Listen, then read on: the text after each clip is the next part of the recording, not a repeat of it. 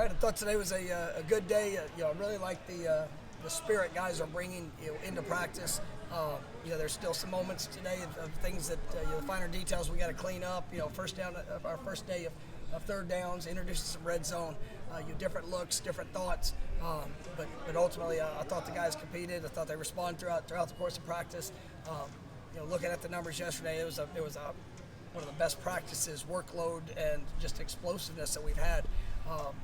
In the season. It's our best Tuesday that we've had just from the overall movements. Things I liked yesterday's practice when I was out here, but seeing the numbers, it was impressive. Our top speeds, the way guys are flying around, and I thought today, it was much the same. I liked the urgency. It was good. We were able to get Jordan out there and moving around, and I thought he threw the ball well, and it was just good seeing continued growth and continued push from guys on our team. So it was a good work day, and I'm excited about to continue to progress through the week.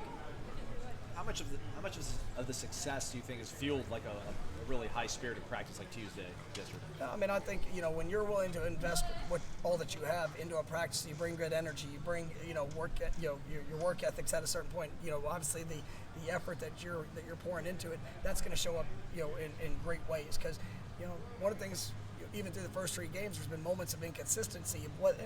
Pick what the issue is, whether it's communication, detail, fundamental, just those. The only way those get corrected are if you put yourself in that emotional state, because you're gonna have excitement, anxiety, all those things are gonna show up on game day. So you got to get yourself to that point in practice so that you can be more comfortable and focused when it shows up in the game. And so I love when guys bring that type of energy to a practice. It definitely helps prepare us for what's ahead. You get a sense from Jordan, because he's become the leader, how badly he wants to be up with his team.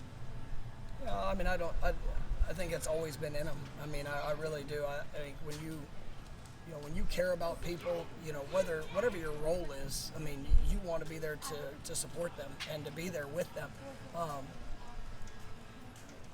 When you are a leader, it obviously has a huge impact. I know I mentioned Fabian Levitt didn't make the trip last week, but he made an impact last week, and that's where he is a leader. And even though he was unavailable last week, he still was a strong voice. He was doing the things that he could do, controlling things he could control.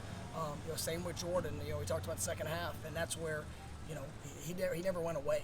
He wasn't able to cross the sideline, but he was still there and present. So those guys want to be as active and involved as they can be, and that's where you see that cohesiveness in that team really come together. And when you have a team that's built on that.